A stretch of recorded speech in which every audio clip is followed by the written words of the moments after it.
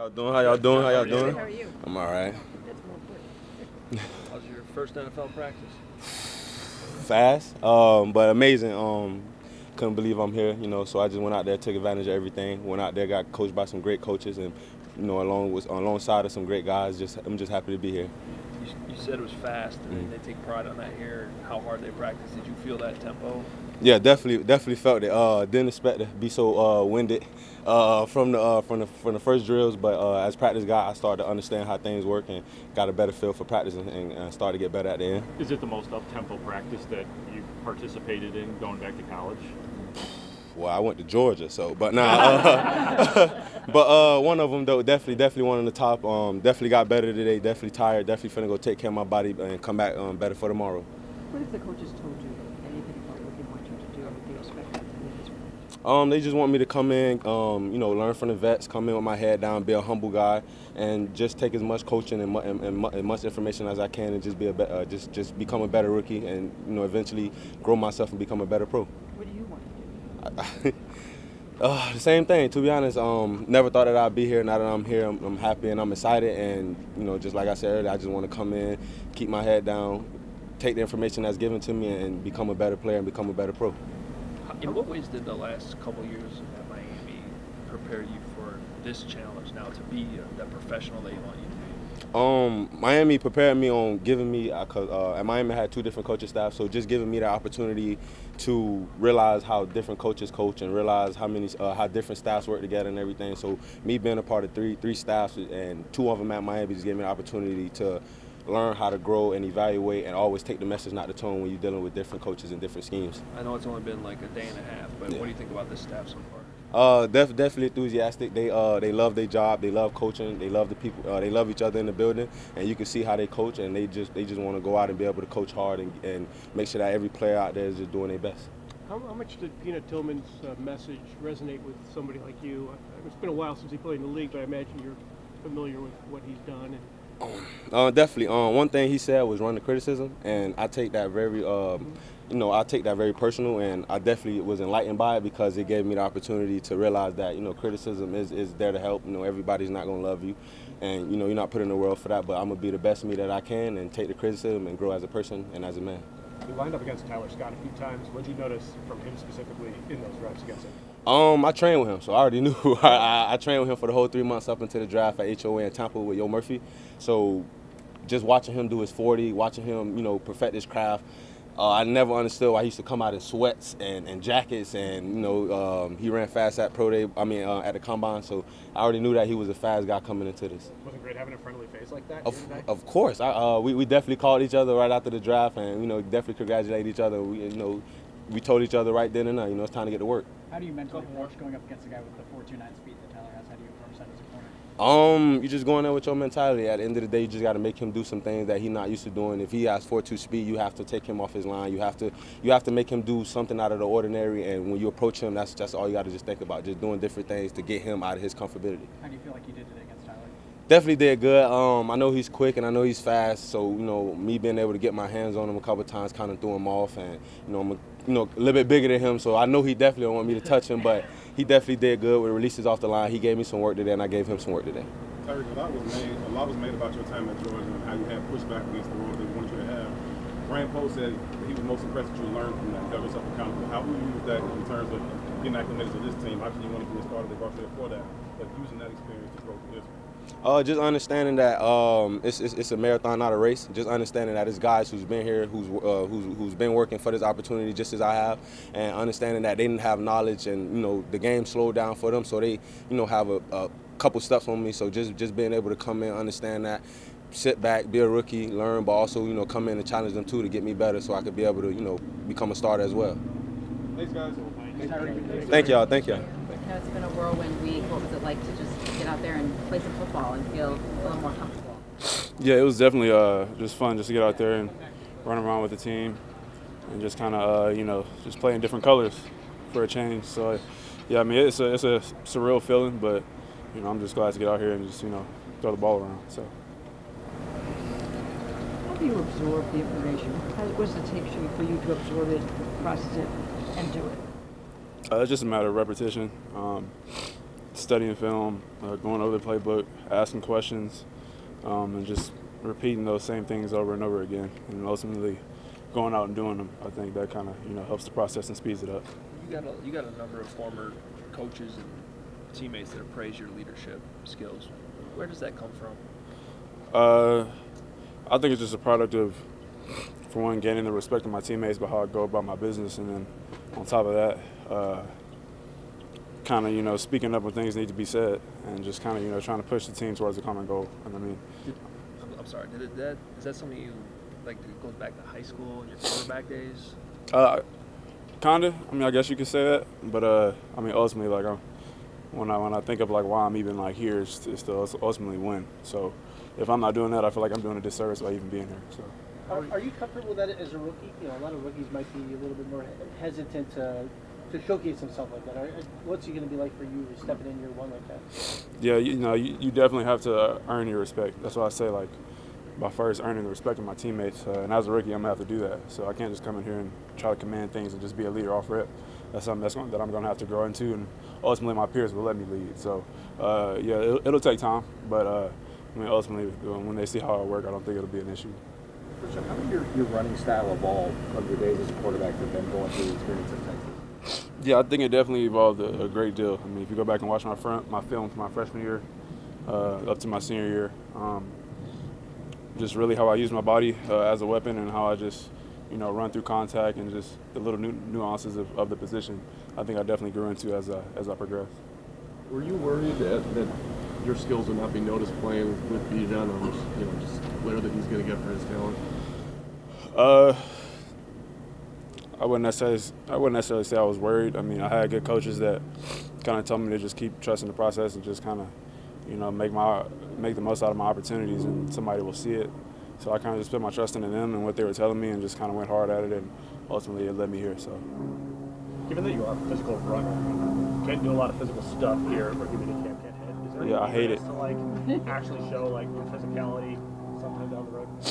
Yeah, I was about to say down the road when we get pads on, it'll definitely, my playing style will definitely show. I mean, I hate practicing without pads on. But yeah, I mean, yeah, I'm a physical guy, so I think my game will show more than not when that time comes. What's the biggest thing you hate about not having them on?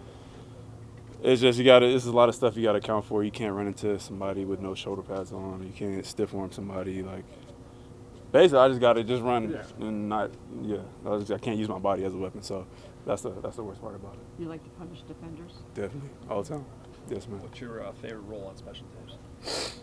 Like kickoff, kick return. Yeah, I mean, you pretty much do all phases, right? Yeah, What do you like doing the most? I'd say over this past year, from last year, kickoff was pretty fun. That was my first time on kickoff, like, ever. So just kind of go down there and just kind of, like, tackle somebody, I feel like it was different. And, I mean, I think from playing running back and knowing how to pass protect, I think I can kind of manipulate the kick returners and people trying to block me while I'm running down. So I'd say kickoff probably. Without being able to showcase your physicality, what are your goals for the next 6-8 weeks until the pads come on? I would say, for one, just learning the offense, grasping everything, just taking it a day at a time, just kind of, playing without thinking, trying to work up to that point so I can, ultimately play fast when the passes do come on. Thanks, guys. Thank you. What has the last 24, 48 hours been like for you coming here and having this all become real and going through your first pro practice? Yeah, I think the first thing was a short flight, so that was good. Came in, came really pretty much straight to the facility. It was cool just kind of seeing Chicago. I know Alec Pierce last year, I think he came here for a visit or something like that, and he just talked about how cool the facilities were, and so, he kind of told me that when I got drafted, and so just kind of walking in, you see Hallis Hall, you hear the name George Hallis, and so I had to do some research, because usually I pretty much know, a good bit of history, but I hadn't really heard of George Hallis, so I was like, okay, let's do some research. So looked him up, seen, kind of what he meant to, Chicago, and, it was just interesting, just kind of walking through, seeing all the names, Walter Payton, Mike Ditka, Gale Sayers, all the names that have been through the building, and, to be a part of that, it's just an honor, so. Tyrique Stevenson said you guys train together. Is that a feeling of comfort to come in with a guy you sort of already know and then going up against each other all the time? Was that fun today, doing it in a practice? Oh, for sure. So yeah, we trained out in Tampa together. We actually met in Tampa, and I remember I seen him and I was like, man, this dude looks familiar, and I'm like, I don't know where I seen him from, and so I just kept looking at him like, man, where you from? He's like, well, I went to Miami. I'm like, okay, I don't know anybody in Miami, and then he mentioned he played at Georgia. I was like, that's where I know you from, because we played Georgia my freshman year in the Peach Bowl at Cincinnati, and the guy that was guarding me was at the time number 7, and it was him.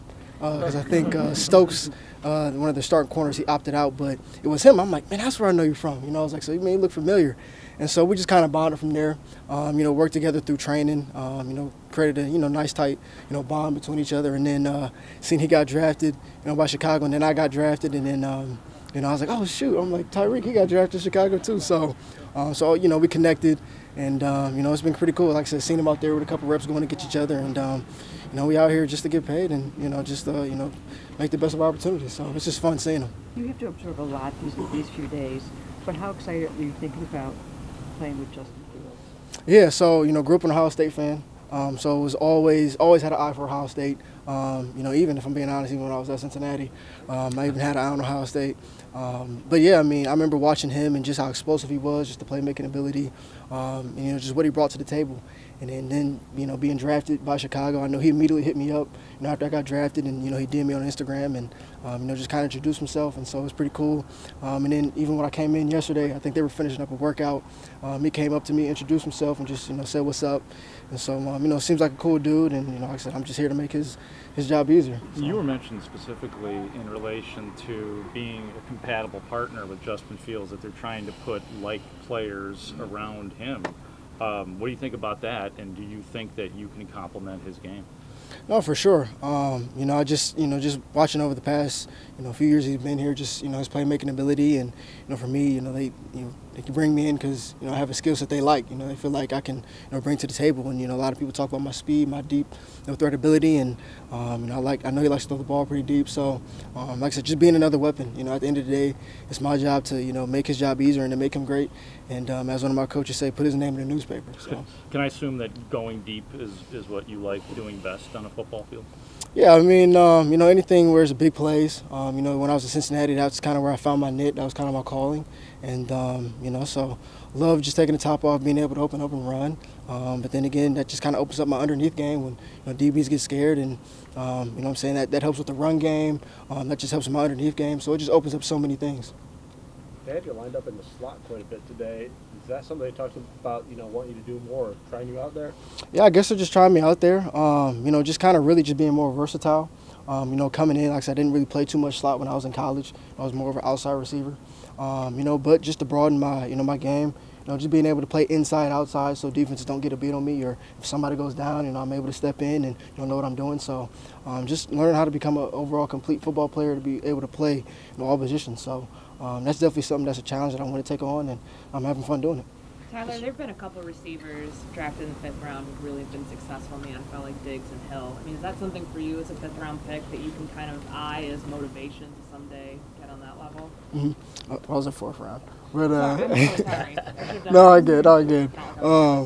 No, what was the last part of the last part? It's kind of a null and void question because I said it was all 5th round receivers, and I'm outing myself on this. But later round receivers making it in the NFL and having the ability to use that as motivation. For you being a day 3 guy, how do you kind of use that, maybe something to channel going into camp? Yeah, at the end of the day, my hill might be a little steeper to climb. But at the end of the day, my job is to get the foot in the door. It happened, when I was in high school. When I was in high school, I was under-recruited.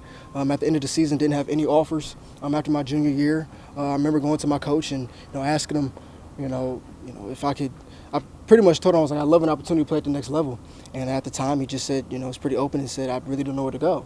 And so I took it upon myself and created my own email, created my own huddle highlight, and then I sent it out to about 15 to 20 Division I colleges. And only one school responded, and it was Rutgers. And they responded, a guy named Omar Hales, he hit me back, and he offered me the next day. And from there, I just started to kind of roll a little bit. But my thing was, if I could just get the foot in the door, I knew I could make the opportunity that I would belong, and I was able to get an opportunity to play at the next level. And so, just carrying that, same, chip on my shoulder here. Just being kind of under recruited and kind of overlooked. It's not something I'm not used to. And so at the end of the day, it's just continue to work and you know, earn everything. So. Did Cincinnati get on the radar right after Rutgers offered? Cincinnati got on the radar through another area school, actually, that I played against. And so they went to that school, and that coach ended up telling them about me. And so later that day, I got a text from Cincinnati, and they offered me, after I got home from school, right before a basketball game, they called and they offered me. So.